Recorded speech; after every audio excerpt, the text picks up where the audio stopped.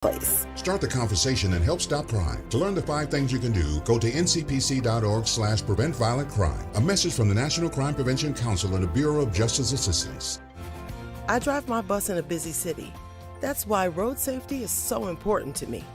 I know that I must slow down and be extra careful when I make a wide turn.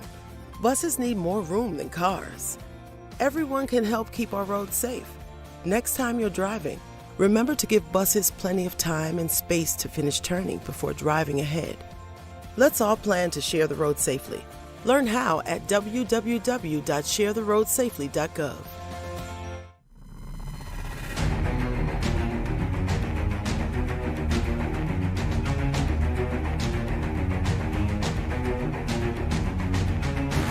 Welcome to the Texas Postgame Show on the Austin Radio Network. To give your thoughts on the game, call 512-447-3776. You can also text the show at 337-3776 on the Specs text line.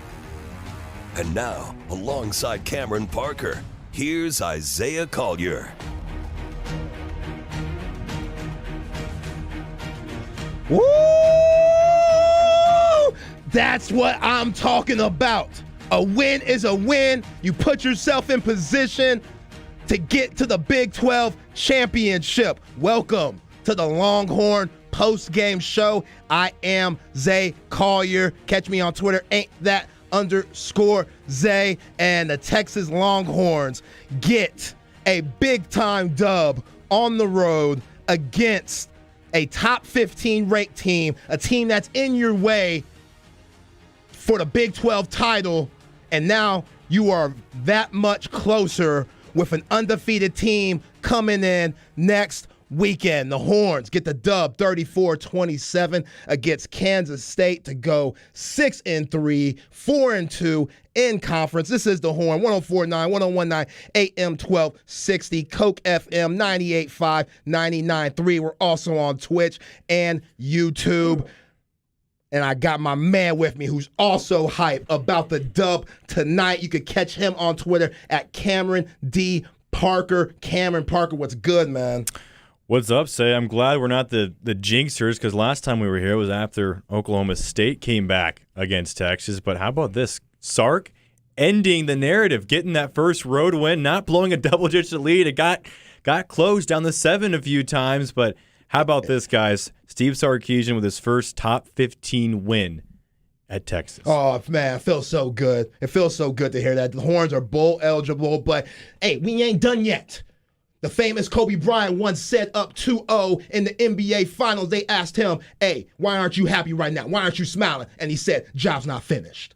The job's not finished. And that's what it is for the Texas Longhorns. Job's not finished. You got 3 more games. You're tied with 3 teams right now in second place, all teams that are in your way, and you got to play. You got to play Baylor the last game of the season. You're tied with them. You got the undefeated TCU coming into town. Kansas, they want to get back up there. You still got them. And this was a big-time win in this month of November. You know, you needed this win. And, yeah, I got Corey Guidry behind the glass. What up, Corey? Catch him on Twitter at Corey Guidry11. Corey, what's good, man? Hey, man, we finally got a road conference victory. Oh, man. Tough-fought win. But, hey, you got arguably a top 5 team coming into town with Alabama losing this week. So you're going to have a chance to make a statement next week. Yeah, it's a big-time week in college football. A lot of teams go down. So TCU, they're probably licking their chops because they're sitting right behind the 4 teams to make the college football playoff. But tonight, the Horns got it done, 34-27.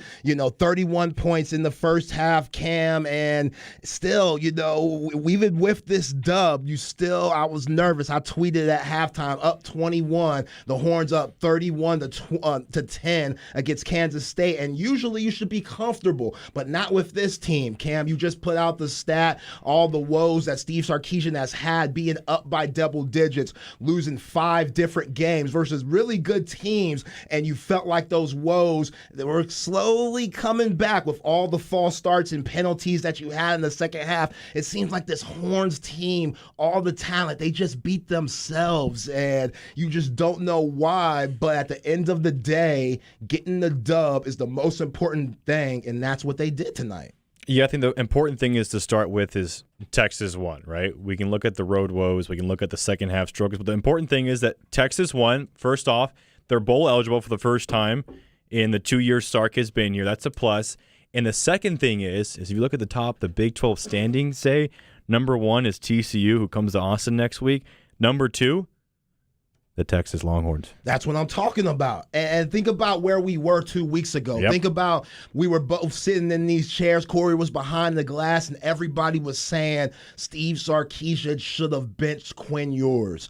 And I understand that. I get it. 19 for 49, unacceptable, all the interceptions, all the overthrows. And we were wondering, with the bye week, would Steve Sarkisian and this coaching staff be able to dial up plays that make Quinn Ewers comfortable? And Quinn Ewers responded with, it wasn't a crazy stat line, 18 for 31, 197 yards passing, 2 touchdowns, but 0 interceptions. And Steve Sarkisian did what he was supposed to do, what everybody, all of Texas faithful, all of the fans have been saying to do all along, and that's give it to number 5, the best running back of all of college football, and he rewarded you with a beautiful 209 yards rushing, his biggest game as a Longhorn, with 30 attempts on the ground. He also had 2 receptions for 34 yards, but we haven't seen that from Steve Sarkisian. We know him being the former quarterback, how much he loves and trusts his quarterback and puts it in his hands,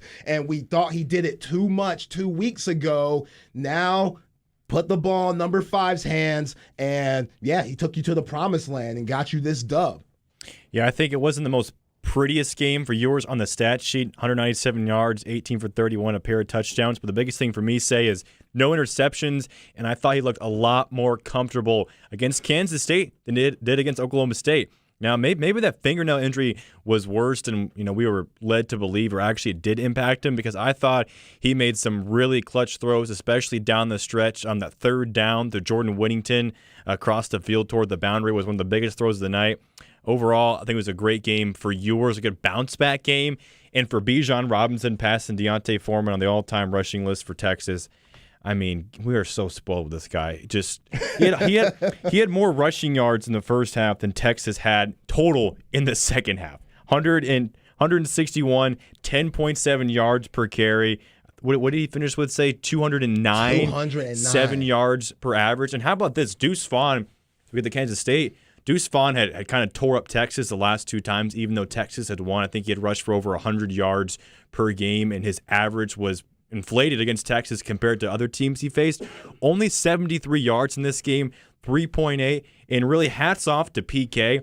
I know PK's gotten a lot of crap from Texas fans, but honestly, I think the defense has been so much more improved, especially when you look at who's playing in the backfield. Michael Taft, walk-on redshirt freshman. He's happened to start at the start. Was he the star today? I think Maurice Blackwell came in at the start, actually. Yeah, they were doing a lot of interchanging back there in the secondary. Blackwell's back there. Ryan Watts is dinged up. Gilbo wasn't 100%. Anthony Cook's playing with his arm in the cast because he has a broken forearm. I mean, look at what PK's doing in the secondary, guys. I know a lot of people, don't like how the Texas defense has looked, but I think he's done an impressive job going back to the entire year. Yeah, I thought PK was solid tonight. I think at the end of the day, they still struggle covering the middle of the field. We know that's their biggest woe. Rod Babers and Jeff Howe both broke it down on their shows this week, and we saw Chris Kleiman and Colin Klein. They attacked that, with Deuce Vaughn. He had that touchdown across the middle. Or Kurt Warner's son, Cade Warner, he had that touchdown where the Horns got mixed up in their zone coverage. But still, we got a nitpick at the end of the day. We got people in the Specs text line, and y'all are right. Still, the second half woes. Ugly. That's a problem. It's still a problem, even though they got the dub, and that's what's the most important thing, and that's the growth of the culture with this team. Hell, if you need to have another players meeting, they had another one this past week, go ahead and do that. But still, only 3 points in the second half, beating yourselves, whether it's that Xavier Worthy fumble where he got hit in the perfect spot, or it's just these guys in the false start penalties. It's like there's just the discipline on the team, and that goes with the coaching staff. Y'all got to keep them locked in. Whatever you're doing in the first half, it's just when the other coach adjusts to you, they struggle with adjusting. They just do. We talk about it every week, and it gets very tiring talking about the same thing. And Steve Sarkisian, he said it today when he was talking to Roger Wallace and Craig Way. We gotta clean up the mistakes that we have in the second half because the Horns, they just beat themselves. Yep. And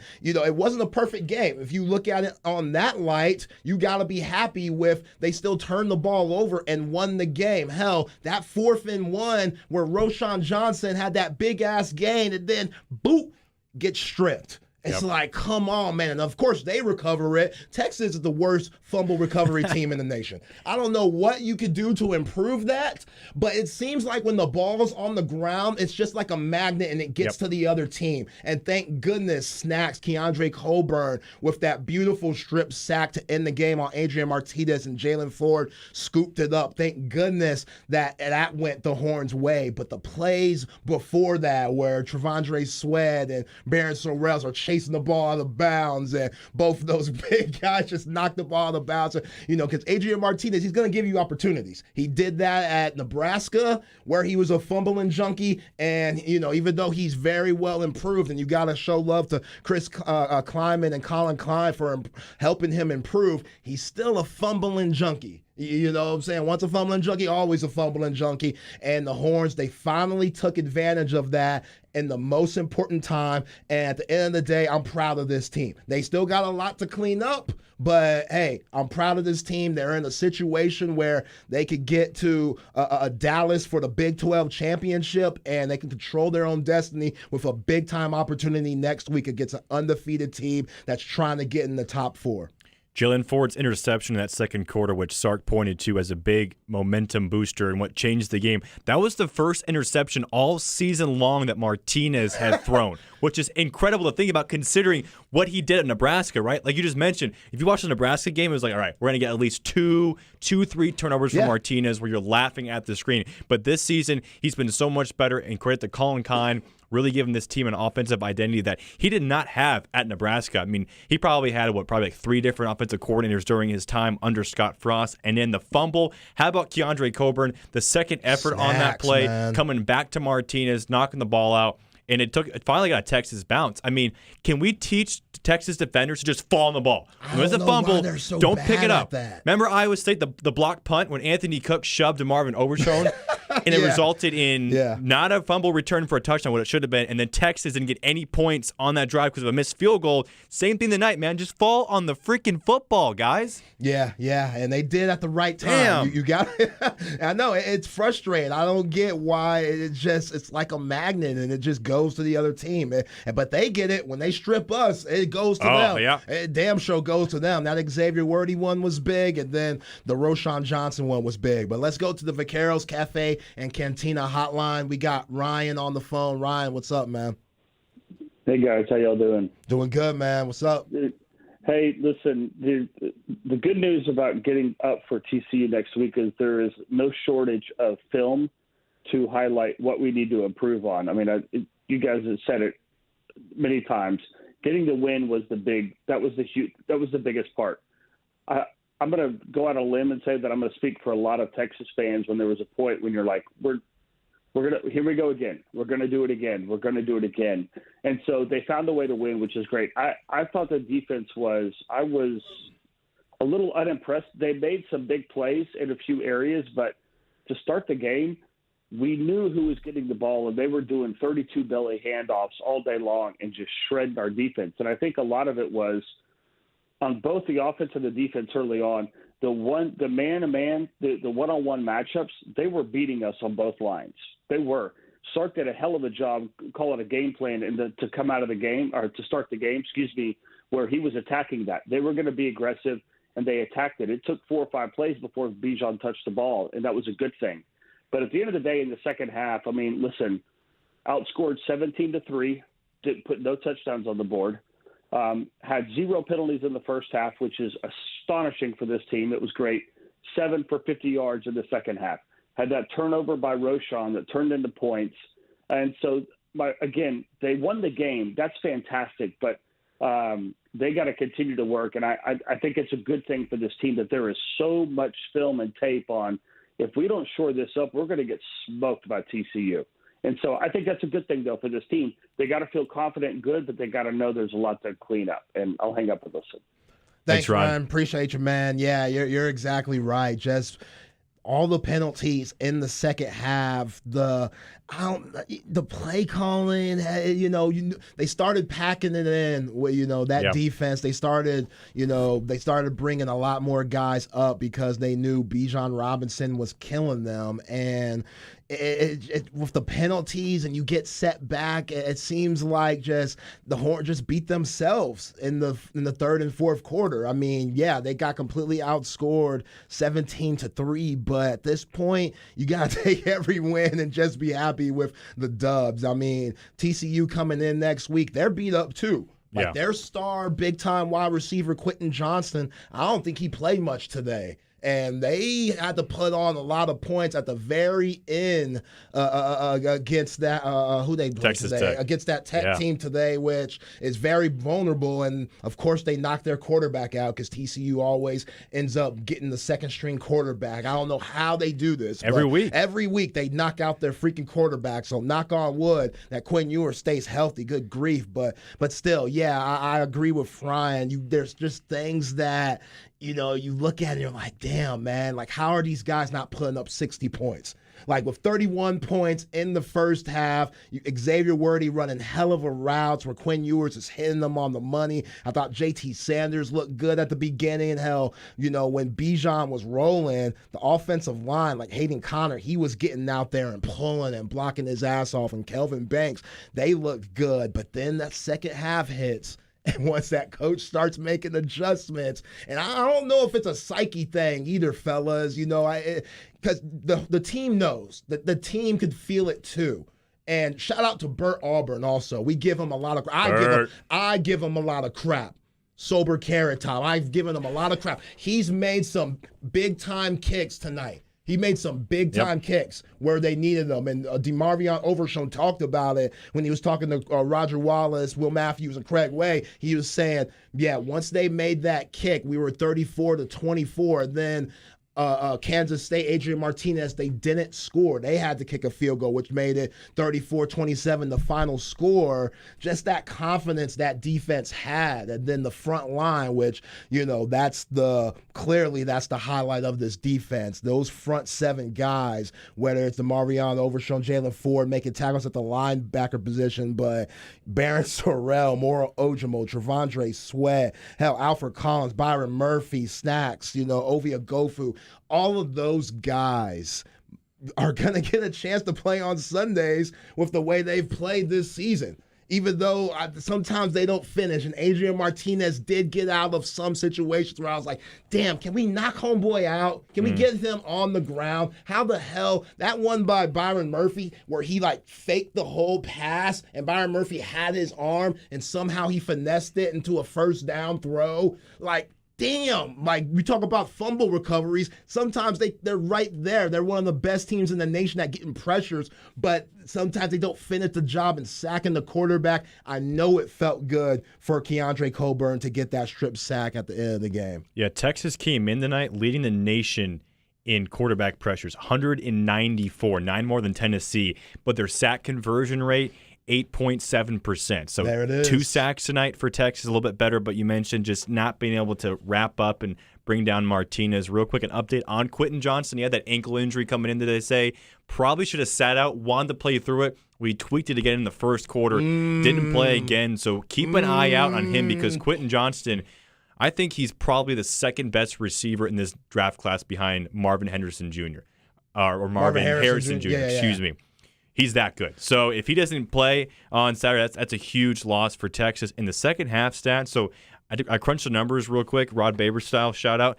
In the second half, in the Big 12 games, Texas has scored 23 points in the fourth quarter, Zay, 37 in the third quarter. They averaged 3.8 points in the fourth quarter against Big 12 opponents, 6.2 in the third. They scored 3 tonight against Kansas State in the fourth quarter, and 6 points total in the last 2 second halves. Oklahoma State and tonight against Kansas State. Yeah, and that can't good. happen next week. No. That can't happen because we know that TCU team, they do not quit. They will play for all 4 quarters. A lot of their wins have been comeback wins. So we know that's Steve Sarkisian's Achilles heel, allowing teams to come back on them. And Sonny Dykes, he has the formula and keeps his team engaged and keeps his team believing. And that's why they're sitting at 9-0, leading the Big 12 and 6-0. So yeah, but let's go to the Viking Fence defensive play of the game. We already know what it is. It was the last play of the game for this defense, big time play by Keandre Coburn with Jalen Ford with the fumble recovery. Now the clock is moving on first down. Shotgun snap to Martinez. Looking, steps up, and had the ball knocked loose. Ball loose. Longhorns have it. Jalen Ford recovers. Keandre Coburn knocked it loose. Jalen Ford has recovered, and the Longhorns can seal it now with a fumble recovery with 24 seconds remaining in the game.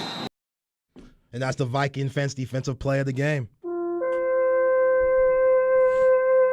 Yeah, I mean, the football gods had to give us that one. They had to. All the things that we've endured, how nervous. And I know Texas fans were nervous as hell. I was sweating bullets, sweating like Gary Patterson be sweating like in my couch because being up 21, 31 to 10, that ain't enough.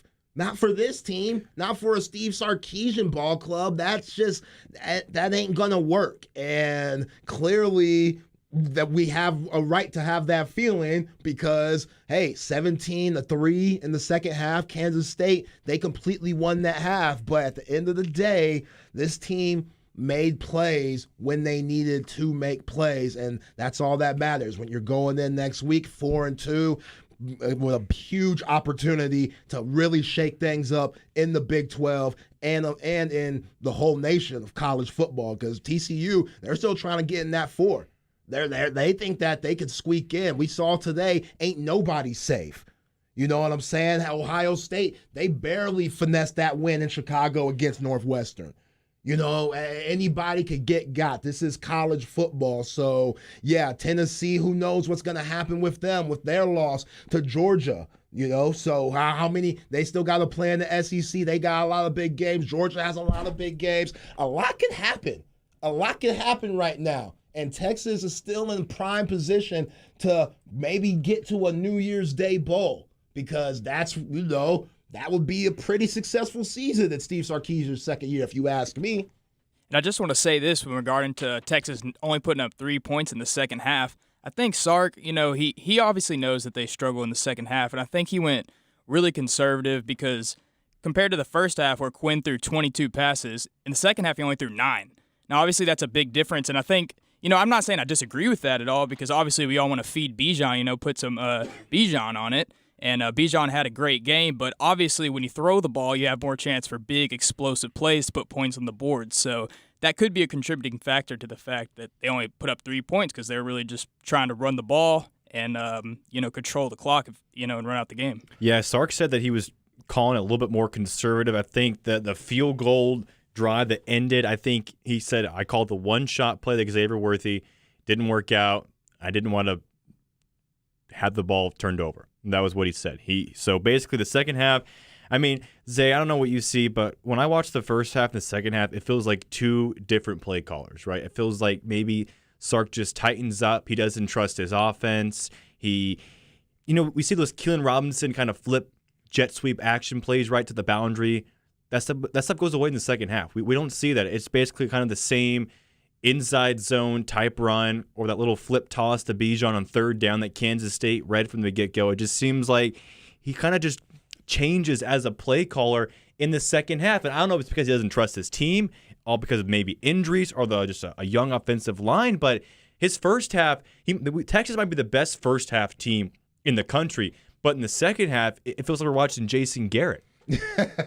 Yeah, and when you beat yourselves, there were so many penalties. Like all the penalties came. 7 in the second half. Yeah, you can't. That's just unexcusable. You can't have that many penalties, especially just dumb stuff like false starts. And there's so much motion happening with Steve Sarkisian's offense, but you got to stay disciplined. That goes with the coaching. I mean, with the second drive of the second half with Texas, there was a false start, so now you're 1st and 15, and then Sark goes with a deep-ass pass to Xavier Worthy, incomplete, instead of slowly, methodically getting those yards back. Maybe a 5-yard gain, whether that's to Bijan or one of those quick passes on the outside to Jay Witt. Like, Jay Witt, I still want to see his production go up.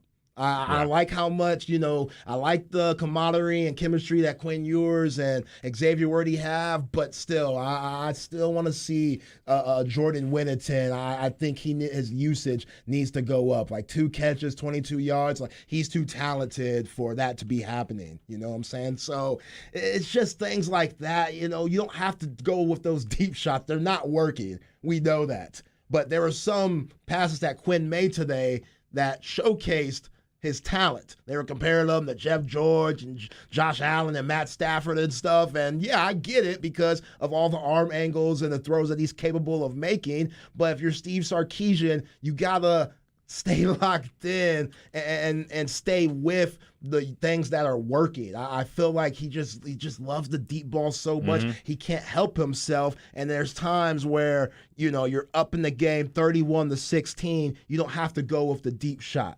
Like, I love that screen to Bijan Robinson earlier in the first half. Let's go back to that. They haven't stopped it. They're playing so much. They're playing so many guys in the box now to stop it. Like, get those quick screens involved. It's just.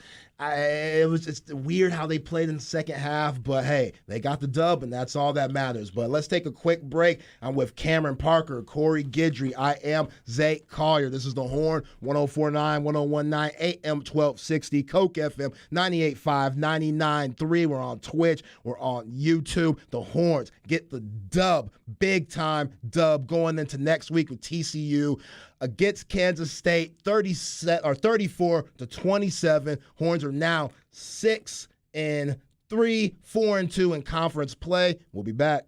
Since 1977, Factory Mattress has been a locally owned family business, giving customers a great night's sleep at an unbeatable price. With decades of experience, a lower price guarantee on all the top brands, including Tempur-Pedic, and the advanced science of our Right Fit technology, Factory Mattress treats Texans right. Come experience the difference shopping local can make at Factory Mattress. Premium brands, lowest prices. Sleep on it. My Factory Mattress. When it's time to cozy up with some fall favorites, nobody has more ways to celebrate the season than Specs. Raise a glass to cooler nights with warming whiskeys, spiced spirits, crisp ciders, and bold reds. Specs is your one-stop shop for Texas's largest selection of lower-priced wines, spirits, and craft mixers. For a hearty harvest of savings on all your fall cravings, it's Specs. The fun starts here. KTXX FM, HD1 and HD3 PK, KTAE AM Elgin, K270CO Round Rock, KOKE FM Thorndale Austin, K253 AM Sunset Valley. Hey, it's Craig Way for Total Men's Primary Care. Now, I'm a stats guy, and here's a stat for you. 1 out of every 3 men over 40 may have low testosterone. Low T levels make you feel tired and grumpy. It raises cholesterol, and it causes weight gain. Total Men's Primary Care specializes in treating men with low testosterone. And right now, they're offering a $19 testosterone check at all locations. Go to TotalMens.com and click on the yellow button to book an appointment. Total Men's Primary Care, the doctor's office just for men. Football is back. Score big right now at Round Rock Honda, Round Rock Toyota, Round Rock Hyundai, and Round Rock Genesis. We have a nice selection of new and used vehicles that will look amazing as you pull into a stadium parking lot. That's Round Rock Auto Group with great dealerships like Round Rock Toyota, Exit 254, I-35, and RoundRockToyota.com. Do you struggle with recurrent UTIs, kidney stones, male or female urology issues? Stop trying to cope. Trust your care to the experts at Urology Austin. Our highly trained specialists treat men and women for a variety of urological issues, including leakage, overactive bladder, kidney stones, urinary tract infections, blood in the urine, and much more. Visit urologyaustin.com. We have over 50 providers at 18 convenient locations across Central Texas. We also have a team of pelvic floor physical therapists. Learn more at urologyaustin.com.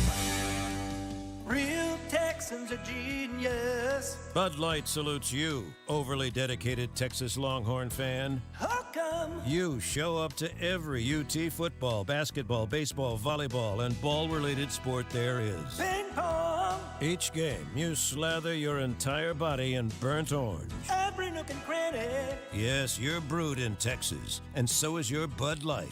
Enjoy responsibly. Texas Edition Bud Light beer cans. Anheuser-Busch, Houston, Texas. The Horns text line is brought to you by Specs. Specs wine, spirits, and finer foods. You're on the way. Less to pay. Everyday store. Cheers to savings.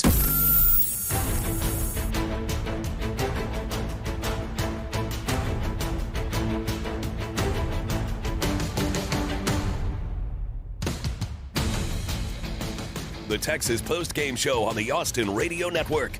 To give your thoughts on the game, call 512-447-3776. You can also text the show at 337-3776 on the Specs text line.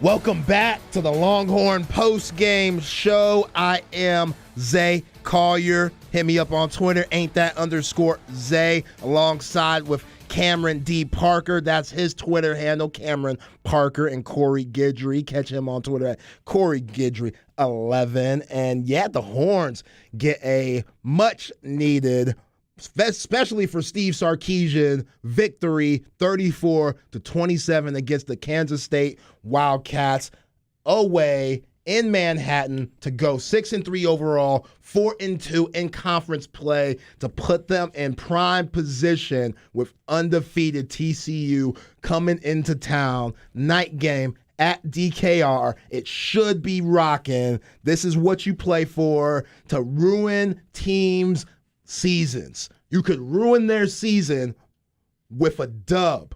And your job's not finished either. People talking about, the Horns bowl eligible. Steve Sarkisian says happy for the seniors. The seniors should be damn that. We ain't satisfied. Nobody should be satisfied. This is the University of Texas. There's elite standards here. National championships or bust. Big 12 championships or bust. Anything in between, we shouldn't even be talking about that. And it's been too much of mediocre play over these last few years, and Steve Sarkisian in his second season could make this season a memorable one, and it started tonight, the first game in November, by getting you a dub. We know we've talked about all the second half woes, which we'll continue to talk about. Everybody will talk about it this week. Bucky and Aaron, Craig and Jeff with Snoop, me and Chad will talk about it, and you know Rob Babers, Mike Hart, Patrick Davis going to talk about it. Everybody's going to break it down, all the second half woes, because you heard Cameron Parker break down the stats. It's ridiculous. But the Horns winning that Iowa State game, we probably wouldn't have seen that in years past. And winning a game like tonight, defense making timely plays, that's what you need if you want to hoist up a Big 12 championship. Question for you guys and the listeners, 512-447-3776 to call in, or text at 512-337-3776. Is this Sark's biggest win at Texas? Yeah, I think so. Corey? Well, if we agree that OU is just sucks. Well, I mean, thinking if Dylan Gabriel was starting, it'd be different. But thinking about Davis Bevel was in. And then you factor in it's a true road game and not a neutral site kind of thing. Number 13 team in the country just came off a 48-0 blowout victory over a team that you lost to by a touchdown, the first top 15 win for Sark. And if you lose that road narrative, well, now you're 1-7. You blew a 31-10 lead. How do you come back from that? They tried to blow it.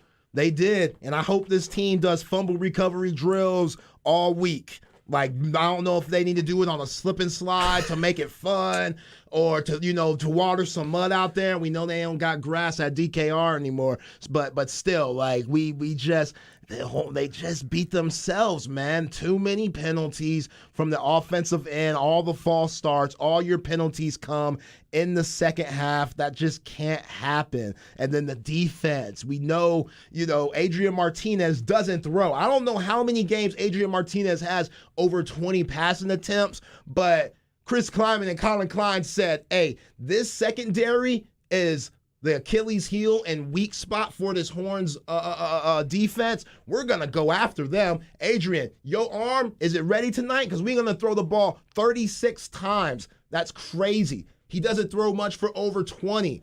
They kept showing Will Howard. I was like, when are they going to bring him in? Yeah. But they want to preserve his red shirt, which I don't know what that means, but oh well. They really trust Adrian Martinez clearly, but when they went zone, it seemed like he was dialing them up. And then when they went man, that's when he would utilize his legs and then take advantage of those matchups. And finally, the Horns finally got to him on the last possession. And we saw Keandre Coburn Snacks get that strip sack. Jalen Ford picked it up. And, yeah, they finally got them a fumble recovery. From the first watch, it seemed like PK went with Blackwell over Keaton Crawford, which is an adjustment because Keaton Crawford has had some issues in coverage, especially zone coverage with assignments, miscommunications. He had a touchdown he gave up against Oklahoma State, one against Iowa State. And today it seemed like after an injury early on, I forget what Texas defensive back got. I think it was Jahdae Barron got injured early on. Blackwell was the first one to come in instead of Crawford. So I'm curious if that's something that's going to be changing down the lines. We're going to see Blackwell more. I mean, this is a really thin group defensively for PK with all the injuries and just the lack of depth overall. So, yeah, when I saw Jahdae Barron get hurt, I was nervous. Oh, man. I was nervous. Thank goodness he toughed it out and came back in the game. ATX native, man. That PBU on fourth down? That was huge. Yeah, that was huge. So, with no Jalen Gilbo, we knew that they were going to do a lot of shuffling in the secondary to try to find the right match. And we're going to be talking about it for the rest of the year. We know Sonny Dykes and Max Duggan, we know that they're going to come in and they're going to do the same thing that everybody does, attack the middle of the field any way they can, whether that's Quentin Johnson's playing or not. They still got guys that can make plays at TCU. They tried to do that tonight. The Horns made enough plays. And one thing that we haven't talked about yet, fellas, that was such a big part of this game that I think changed the game completely was when Kansas State cornerback number 23, Burns, when he went out the game for targeting. That was such a huge play. Because him being at 6'4", like, he's going to have a chance to play on Sundays. When you just have that type of size and you have that type of physicality at the cornerback position, he could have really caused a lot of problems today. Like, they rely on him a lot. And him going out the game in the first drive, that shook up a lot for Kansas State and what they had to do, making adjustments in their secondary. And the Horns putting up 31 points in the first half clearly took advantage of that. Comment on our Horn live stream or streaming live on Twitch and YouTube says, want to see more touches for Savion Red. And I agree. 2 receptions, 20 yards with Ajayi Hall now redshirting, most likely. We saw Brennan Thompson get some touches against Oklahoma State, now red in this one. I like the dynamic they bring to this offense, those quick little screen passes, right? Get him in open space. I mean, he had a great cutback move on that, was it 11-yard reception that easily could have been 2 yards. Jordan Whittington blocked 2 guys, and that was due to Savion Red reading those blocks. And I agree with the person that wrote in that he definitely needs to get involved more. But hell, Jordan Whittington needs to get involved more. Like 2 catches for 22 yards. I'd like to see him with more touches. And it's crazy to see. You know, Xavier Worthy, he only had 4 receptions, but he had 2 touchdowns.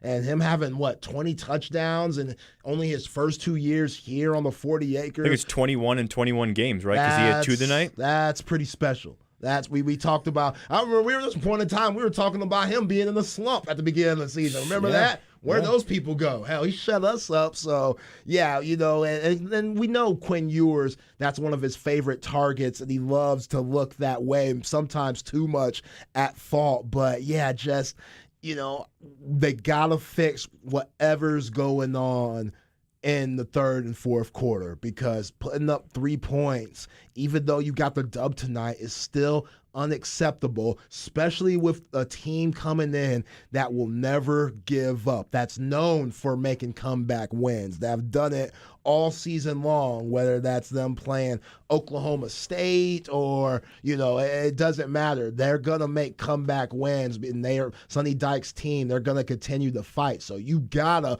be able to keep that foot on the gas pedal and put up points in the second half, because TCU, they're not like these other teams. They're undefeated for a reason, and they're trying to get in the college football playoffs, so they're definitely going to bring their A game to the 40 acres next week. And one big nugget real quick, Corey. Texas now 6-3 against the spread, covering tonight. It was -2.5. Congrats to those who took Texas. First time Sark has covered the spread on the road this year. There you go, Sark. Corey, any last statements for you going into next week with this Horns dub? Yeah, well, if you're Sark, you're going to have to trust your quarterback in the second half. And the good or bad news about that is you're probably not going to be out to a huge lead like you were today. It's probably going to be a tough, hard-fought game all the way through. TCU is a really good team, so you're going to have to air the ball out in the second half. And, we'll hope that Quinn Ewers can not make that critical mistake that it seems like maybe we're kind of trying to avoid, coming down the stretch of games. I think the first drive, he looked a little bit off, but after that first drive, I don't think he had a throw that was really questionable. I mean, he was off a few times, but it wasn't like he was throwing. It wasn't like he was going to Tagovailoa where he was just throwing to DBs who were dropping the ball every time, Zay. Yeah, I thought Kansas State, they brought a lot of pressure where the offensive line got a little confused. There was one play where Christian Jones and I don't know who was that right next to him, were blocking the same man, and they got a guy coming around the edge and got a clean shot at Quinn. And then there was one pass where Bijan Robinson, he rolled out kind of on a wheel route, and Quinn got hammered. Like, I was a little concerned about his health after that one. That third down play? Yeah, and Bijan was open, but Quinn, he rushed it. Yeah, he rushed it because he got hit pretty hard. So, we'll see. At the end of the day, a win's a win. Steve Sarkisian's got the monkey off his back. And what I want to see is, now, with that monkey off your back and the team knowing that, is there kind of an exhale where this team could go on and just focus on football? Like, now that, now you don't have that raining, that awful just tornado type cloud over your head as a team. And you won from adversity, from the Roshan Johnson getting that fourth down conversion and then having the strip fumble to the Xavier Worthy strip fumble. They went through adversity and overcame and got the dub and withheld a Kansas State comeback, which we know, we've been talking about it all night, has been Texas' Achilles heel. So now, moving forward with this coaching staff and this team, now you could just focus on football and ruin a lot of teams' lives, especially the team that's coming in next week in TCU. You have a chance to make a statement, and this was Steve Sarkisian's biggest win of his career. Next week is a next big game. Yep. The next big game, which means the other biggest game of his career. If you were setting the line back to back for next week's game, Zay, what would you set the line as? Who would you favor? I would favor TCU like -2. I wonder if Vegas is going to have Texas favored. They're going to have Texas favored. I think it might be 3.5. But I don't know if they'll have Texas favored, though, but we'll see. With Quentin Johnson being hurt, yeah, they're going to put it like that and think that, okay, they're going to be very vulnerable with not having him. If they don't, well, we'll see. He didn't play today. Is it a high ankle sprain, low ankle sprain? I don't know. If it's a high ankle sprain, again, I'm not praying for anybody to be injured, but hey, they damn sure don't give a damn about us being injured. So it's football. Everybody's banged up around this time of the year. And it's big because Duggan, he's been throwing for like 300 yards every game, only tossed for 195 today, and that was with Quentin Johnston out. So Quentin Johnston, rather. Going to be a big game, Zay. Excited for it, and had a lot of fun the other night with you guys. Yeah, man, it was a blast. The Horns get a much-needed big-time victory against the Kansas State Wildcats, 34-27, to go 4-2 in conference, 6-3 overall. Joined by Cameron D. Parker, that's what his name is on Twitter. Corey Guidry 11, catch him on Twitter, and catch me on Twitter, _Zay. We appreciate everybody for rocking with us on this late night.